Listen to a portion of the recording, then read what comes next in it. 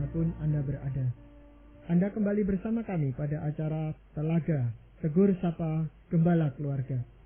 Saya Gunawan Santoso bersama Ibu Idayanti Raharjo dari Lembaga Bina Keluarga Kristen telah siap menemani Anda dalam sebuah perbincangan dengan Bapak Pendeta Dr. Paul Gunadi. Beliau adalah seorang pakar dalam bidang konseling dan dosen di Seminari Alkitab Asia Tenggara, Malang. Kali ini kami akan berbincang-bincang tentang bagaimana membangun keintiman hubungan suami istri, dan kami percaya acara ini pasti akan sangat bermanfaat bagi kita sekalian. Dan dari studio kami mengucapkan selamat mengikuti.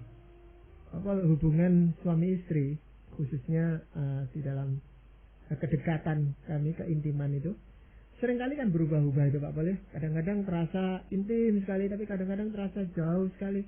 Sebenarnya bagaimana itu Pak Pol terjadinya? Saya kira memang keintiman itu sedikit banyak dipengaruhi oleh perasaan kita, dan yang kedua adalah oleh kesibukan kita. Jadi ada kalanya memang perasaan kita itu akan mencapai satu titik yang anti klimaks. Dalam pengertian ada tahap-tahap di mana perasaan itu memuncak, biasanya pada waktu berpacaran dan pada waktu awal-awal pernikahan. Setelah mencapai puncaknya, ada kecenderungan perasaan itu mulai turun kembali, jadi anti klimaks. Yang ideal adalah setelah dia mulai turun, nanti dia akan merata, ya, akan seperti garis horizontal yang akan permanen. Yang cilaka adalah kalau benar-benar turun tak terkendali. Terjerumus masuk. Nah, itu yang berbahaya. Itu berarti cinta yang belum teruji, ya. Teruji oleh lamanya hubungan atau waktu, dan juga belum teruji oleh kedalaman hubungan itu sendiri. Tapi cinta yang telah teruji oleh lamanya waktu serta kedalaman hubungan itu sendiri, cenderung waktu mencapai titik anti klimaks, dia akan bertahan cukup di atas, ya, lumayan di atas, tidak turun ke bawah. Kedua, saya kira keintiman itu ada kalanya memang akan turun naik, karena kita ini adalah orang-orang yang melewati fase-fase dalam kehidupan. Tidak sama setiap fase itu. Pada awal-awal pernikahan, usia sekitar 20 hingga 40 tahun, ada kecenderungan terutama bagi suami untuk lumayan sibuk di luar, memikirkan banyak hal-hal yang berkaitan dengan karirnya. Akibatnya, pikirannya akan lumayan tersedot keluar. Nah, tidak, kita ini hanya punya satu pikiran. Jadi kalau yang satu itu sudah mulai tersedot di luar, berarti akan sedikit yang tertinggal di dalam untuk pasangan kita. Jadi keintiman itu akhirnya mengalami kerenggangan, alias ya kurang intim. Jadi itulah kira-kira turun naiknya rasa intim, atau dinamikanya keintiman. Iya, tapi kan memang ada saat-saat tertentu itu Pak Pol, di mana kita itu memang berdua itu bisa merasakan memang intim sekali gitu Pak Pol. Katakanlah kalau ada kesusahan datang atau kesukaran atau masalah yang menimpa keluarga ini, walaupun masih muda, kan jadinya kompak gitu, bersama-sama menghadapi masalahnya itu Pak Pol. Betul. Jadi ada beberapa situasi dalam kehidupan yang memang cenderung memperkaya keintiman kita. Salah satunya adalah penderitaan bersama, atau melihat pasangan kita menderita. Saya masih ingat waktu anak kami yang pertama lahir. Setelah anak kami itu lahir, istri saya pulang ke rumah, mungkin hanya sempat tidur di rumah 2 hari atau 3 hari.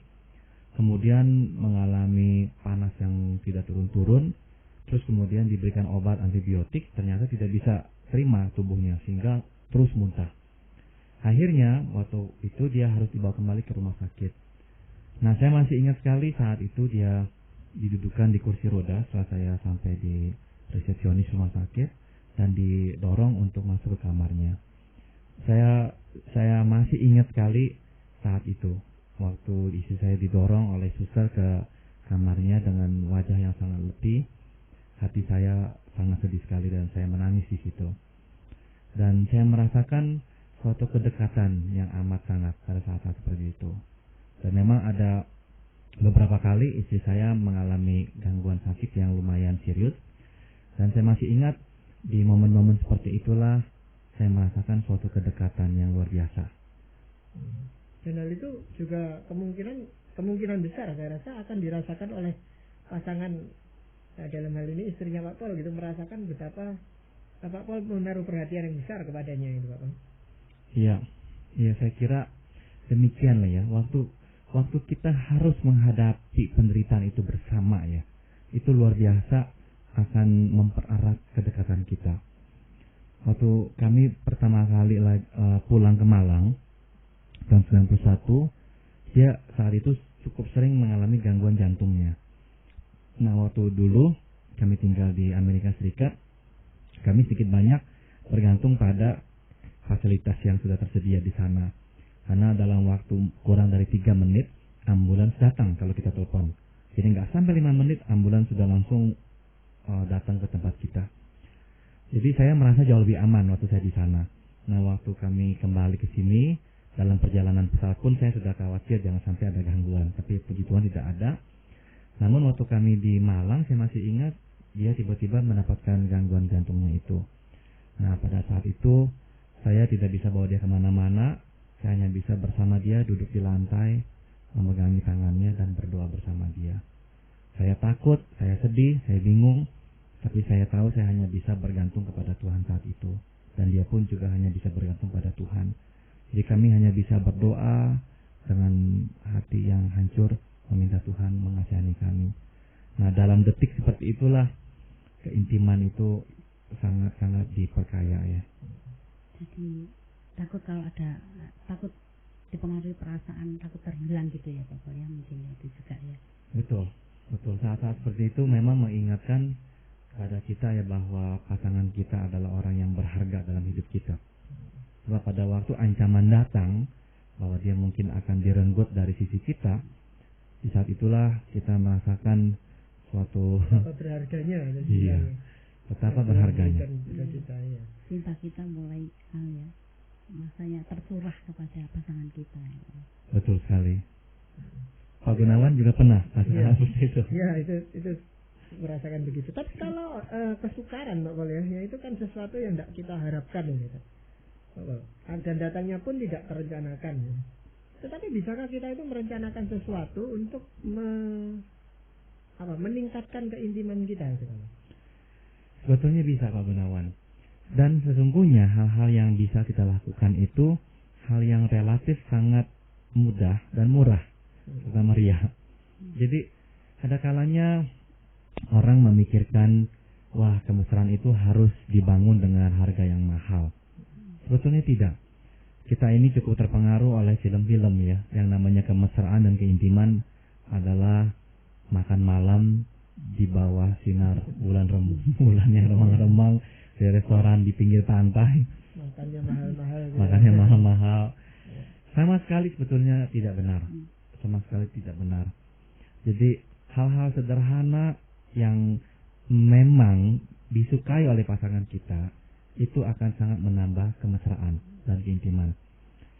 Jadi saya kira keintiman itu pertama-tama meminta kita untuk melakukan sesuatu yang memang membahagiakan pasangan kita. Jadi intinya bukan yang membahagiakan saya, tapi yang membahagiakan pasangan kita. Misalnya nih, yang keliru. Seorang pria suka anjing. Nah, saya kebetulan suka anjing dan istri saya juga suka anjing. Kami dua-dua senang anjing.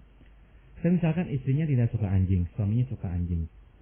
Pada hari ulang tahun si istri, si suami mengadakan suatu kejutan membawa anak anjing untuk si istri. Nah, ini untuk si istri apa untuk si suami? Sebab yang suka anjing memang si suami. Tapi di atas namakan untuk menyenangkan si istri, kejutan untuk ulang tahunmu. Nah, hal itu memang tidak akan menambah keintiman. Sudah untung kalau tidak menambah kejengkelan ya di situ. Tapi yang sering kali terjadi adalah itu. Kita memikirkan apa yang kira-kira baik buat kita. Tidak bisa. Jadi untuk menambah keintiman memang harus dipikirkan apa yang menyenangkan pasangan kita itu. Dan dalam hal ini saya rasa pasang suami istri itu bisa terbuka Pak Pol, menanyakan apa sebenarnya yang dia sukai untuk saya lakukan gitu kan. Baik sekali ide itu Pak Gunawan. Jadi kalau memang adanya keterbukaan, si suami atau si istri ya bisa ya membuka diri sebetulnya apa hal-hal apa yang dia senangi yang kecil-kecil itu. Nah, yang kedua adalah untuk melakukan hal-hal yang bersifat intim ini memang perlu unsur kreativitas atau kejutan. Sesuatu yang rutin dan yang sama dilakukan terus-menerus lama-lama akan kehilangan khasiatnya. Jadi memang harus kita lakukan hal-hal kecil tapi yang kadang-kadang nggak ada begitu. Jadi misalnya seperti apa untuk bisa menambah keintiman? Contoh kecil misalnya nih ya. Misalkan kita tahu pasangan kita itu senang sekali untuk dicium sebelum kita pergi atau sebelum kita keluar rumah. Nah, lakukanlah hal seperti itu. Hal yang memang sangat mudah dan tidak harus kita bayar mahal. Hal kecil seperti itu. Atau contoh kecil yang lain adalah misalkan pasangan kita itu senang dibelai atau disentuh. Nah, kita sentuh secara ringan itu sudah sangat membahagiakan dia. Nah, tangan kita kan hanya harus bergerak sedikit saja menyentuh tubuhnya secara ringan atau mungkin lehernya atau mungkin kepalanya. Nah, hal itu sudah sangat menyenangkan hati pasangan kita. Nah, seringkali justru yang menambah keintiman adalah hal-hal kecil seperti itu. Justru hal-hal besar seperti kita bikinkan suatu pesta kejutan atau apa, itu enggak terlalu menambah keintiman. Tapi justru hal-hal kecil ya seperti sentuhan itu sangat menyenangkan hati pasangan kita. Terutama hal-hal yang menggugah emosinya mungkin Pak. Itu juga betul. Misalkan memang kalau misalnya bisa ya kita menulis surat atau mengirimkan kartu atau menelpon begitu. Atau kata-kata seperti misalnya nih ya, aku rindu kepadamu. Mungkin itu kata yang sudah mulai usang buat kita yang sudah menikah berbelasan atau berpuluhan tahun. Tapi betapa indahnya waktu kata-kata seperti itu kita ucapkan kepada pasangan kita. Bukankah itu kata-kata yang kita ucapkan hampir setiap hari dulu waktu masih berpacaran? Namun sekarang tidak lagi. Jadi waktu kita misalkan kebetulan agak berpisah agak jauh, kemudian kita berkata, saya merindukan engkau. Nah, itu hal yang sangat menyenangkan hati. Biasanya itu pihak wanita Pak Pol ya yang mengharapkan belayan atau kata-kata yang indah itu bisa. Tapi sekali suami itu kan sulit untuk mengekspresikan hal-hal seperti itu. Betul. Gitu. Dan sebetulnya sulit dalam pengertian karena memang pria tidak terlalu memikirkan hal-hal itu. Tapi bukannya berarti tidak bisa dilakukan. Sebab pernah dilakukan mungkin waktu masih berpacaran. Saya rasa itu yang kita butuhkan itu sebagai pria nih mungkin ya. Tapi yang pasti itu saya. Itu kalau direspon dengan positif, itu cenderung untuk saya ulangi gitu Pak Bang. Tapi kalau enggak, lalu acuh aja misalnya dibelai lalu diam aja dan sebagainya, dipuji tanggapannya juga enggak positif, itu lalu enggak akan diulangi lagi perbuatan seperti itu. Kesan saya, oh dia enggak menyukai itu gitu. Jadi sebaiknya memang kalau itu sudah dilakukan oleh suami kita dan kita memang menyenanginya, kita harus memberitahukan suami kita bahwa hal itu sangat menyenangkan saya dan saya sangat mengharapkan itu bisa kamu lakukan lagi. Jadi memang si pemberi perlakuan tersebut perlu menerima tanggapan supaya dia tahu bahwa ini memang mengenai sasarannya. Atau memang ungkapan kasih itu harus dinyatakan secara verbal? Saya kira memang harus begitu. Saya memang menemukan ada kalanya pria itu enggak begitu nyaman mengutarakan perasaannya secara verbal. Betul, saya kira pada umumnya pria enggak terlalu natural ya untuk menyatakan perasaannya secara verbal. Tapi bukannya berarti sekali lagi ya tidak bisa dilakukan. Sangat bisa. Jadi dalam menambah keintiman ini, sekali lagi intinya adalah kita melakukan hal yang memang menyenangkan pasangan kita. Belum tentu itu hal yang kita sangat senangi, belum tentu. Belum tentu itu hal yang memang kita gemari lakukan, belum tentu. Tapi kita tahu itu memang hal yang menyenangkan hatinya dia. Contoh yang lain yang istri saya kadang-kadang lakukan buat saya. Saya ini memang seseorang yang sangat menyenangi bakmi. Mungkin Pak Gunawan dan Ibu Ida tahu itu. Nah, istri saya tahu itu. Jadi kadangkala untuk hari-hari tertentu saya akan pulang agak terlambat dan istri saya tahu saya agak capek. Dia akan mempersiapkan bakmi buat saya. Dia akan masak bakmi. Nah, hal kecil seperti itu sangat menyenangkan saya. Kalau saya tahu dia memang memperhatikan apa yang saya inginkan. Nah, hal kecil sebetulnya tidak terlalu susah.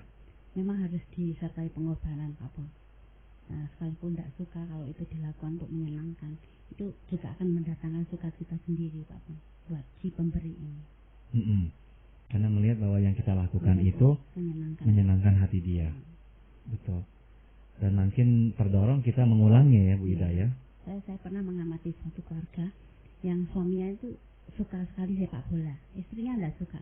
Tapi dia menemani setiap nonton, ya karena dia sayang sama suaminya. Akhirnya dia ikut menikmati juga. Akhirnya si istri juga suka lihat sepak bola gitu loh Pak Pol. Jadi disitulah rasanya keintiman itu selalu bisa dibangun gitu. Betul. Jadi dengan kata lain Bu Ida memang diperlukan juga suatu kerelaan ya untuk berkorban ya. Kalau tidak ada itu kerelaan untuk berkorban, tidak akan ada usaha untuk menyenangkan pasangan kita. Nah sekali lagi memang intinya adalah melakukan yang dibutuhkan dan disenangi pasangan kita. Tidak selalu harus berkaitan dengan kepentingan atau kesenangan kita. Kesukaran kita adalah itu tadi ya, kita cenderung melakukan hal-hal yang kita juga senangi. Begitu. Ya, tapi bisa juga keintiman itu terbangun dengan melakukan hal yang kedua-duanya suka memang Pak Pol. Betul. Kalau memang ada hal-hal yang dua-duanya suka, itu akan sangat mengintimkan. Betul sekali itu. Saya masih ingat Norman Wright pernah berkata bahwa ada kalanya orang ya berprinsip menikahlah dengan yang berbeda darinya karena saling melengkapi. Tapi kenyataannya adalah yang merekatkan hubungan nikah bukannya perbedaan, yang persamaannya. Betul. Jadi makin banyak persamaan, makin besar potensi keduanya itu untuk lebih dekat. Kalau pemikiran menikah dengan orang yang berbeda tadi gimana Pak Pol? Sebenarnya konsepnya pola berpikirnya gimana?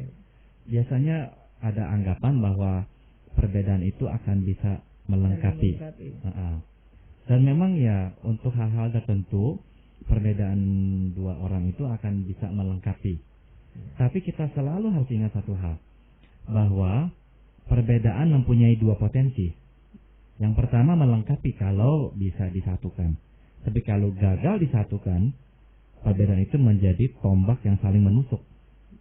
Itu menjadi duri yang saling benar-benar menusuk satu sama lain. Mungkin yang saling melengkapi itu memang yang sudah didesain oleh Tuhan untuk memang berbeda gitu Pak Pol ya. Iya. Dan kenyataannya memang akan banyak perbedaan Pak Gunawan. Pria dan wanita ini. Betul. Jadi kalau kita mencari yang persis sama ya nggak mungkin. Tapi ya dalam proses mencari itu ya sebaiknya kita mencari yang lebih banyak kesamaan. So, sekali lagi kembali pada yang Pak Gunawan tadi sudah katakan, persamaan akan merekatkan ya, akan menambah keintiman. Misalkan kalau kita berdua memang senang musik yang sama, otomatis kita berdua akan bisa menikmati musik yang sama itu. Kalau kita yang satu senang musik apa, yang satunya musik apa, ya otomatis lebih sedikit hal yang mereka bisa lakukan bersama. Begitu. Ya, tapi tadi yang Bu Ida katakan itu kan walaupun mulainya tidak suka, tetapi karena dengan pengorbanan awal itu akhirnya toh pasangan suami istri itu sama-sama menyukai sepak bola. Gitu. Kalau bisa terjadi seperti itu indah sekali, Pak Gunawan. Ada juga yang dengan memberi, menolong orang lain dan sebagainya itu dia malah merasa intim. Jadi mengerjakan sesuatu ya secara bersama-sama untuk menolong orang lain dan sebagainya itu. Nah, keintiman seperti itu Pak Pol ya, itu seberapa kuat? Sebetulnya keintiman itu memang sepertinya ini ya, seperti kita ini membangun rumah Pak Gunawan. Kita nggak membangun rumah dengan satu dinding yang besar, ditempel dengan dinding yang besar, enggak. Satu bata demi satu bata. Jadi keintiman itu juga dibangun satu bata demi satu bata. Artinya harus banyak, nggak bisa sedikit. Nggak bisa kita terus-menerus menggantungkan diri pada modal waktu tahun pertama menikah. Nggak bisa. Tindakan-tindakan tadi itu yang saya sebut, yang sederhana, itu harus dilakukan terus-menerus. Tidak pernah cukup. Tidak pernah cukup. Jadi misalkan istri kita atau suami kita sangat menyenangi kita ini, berkata, saya mencintaimu, misalkan. Nah, katakan itu setiap hari. Katakan itu setiap hari. Misalkan suami kita senang kalau kita yang memasak. Nah, lakukan itu juga sebisanya ya, sebanyak-banyaknya juga. Karena hal itu yang akan sekali lagi menambah keintiman, kemesraan. Sebetulnya kalau kita pikir-pikir, apakah itu keintiman? Keintiman sebetulnya ya pada dasarnya suatu kedekatan. Kedekatan berarti apa? Keduanya itu memang harus bersama-sama. Jadi mustahil membangun keintiman dalam jarak jauh. Atau mustahil membangun keintiman dalam dua situasi yang berbeda. Yang satu bekerja di A, yang satu bekerja di B, dan dua-dua pulang jam 10 malam.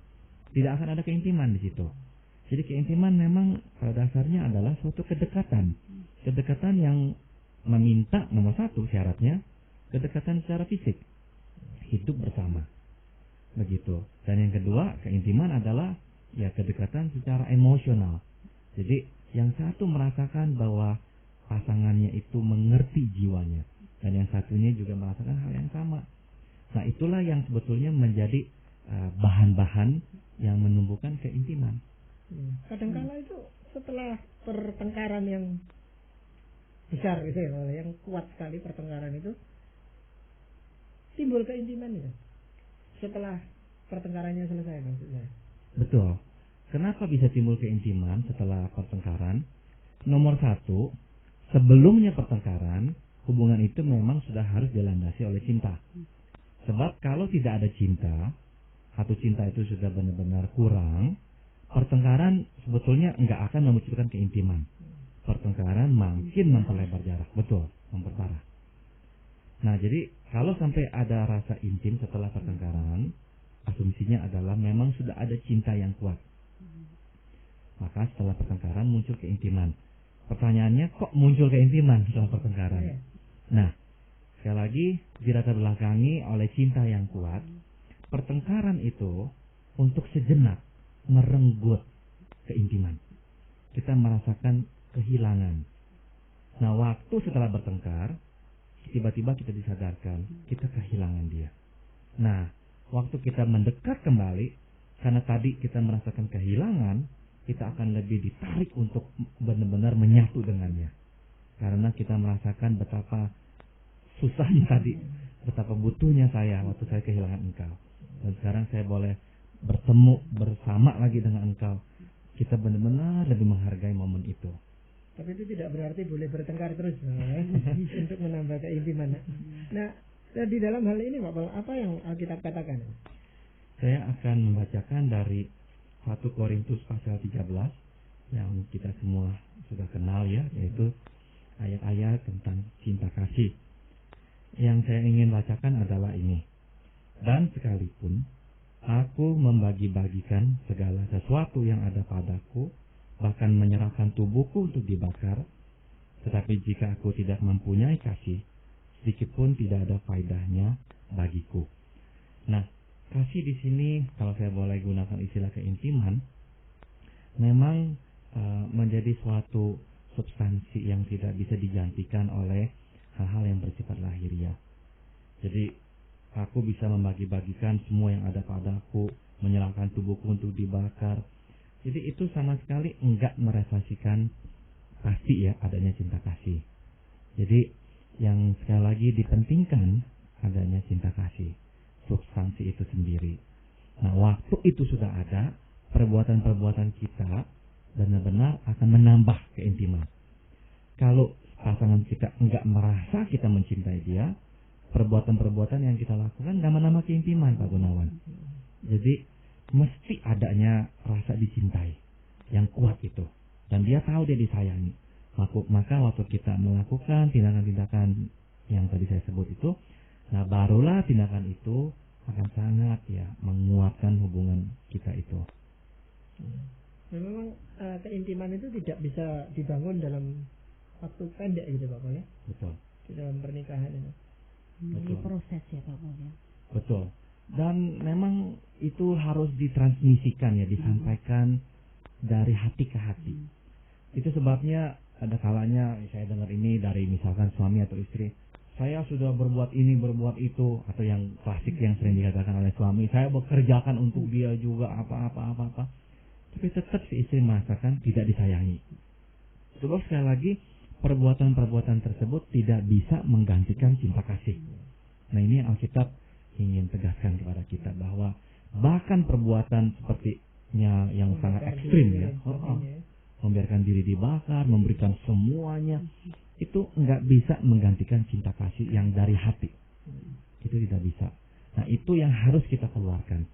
Dan seringkali itu dia, cinta yang keluar dari hati memang harus dipupuk melalui hubungan nikah yang kuat, di mana perbuatan-perbuatan yang menyenangkan hati pasangan kita mesti sering kita lakukan. Kalau yang justru kita sering lakukan hal yang menyakiti hatinya, ya tidak akan kita bisa menikmati hubungan cinta yang intim. Tapi tentunya para pendengar dan juga kita semua itu akan berusaha dengan sungguh-sungguh untuk membangun hubungan yang intim khususnya dengan pasangan kita gitu apa.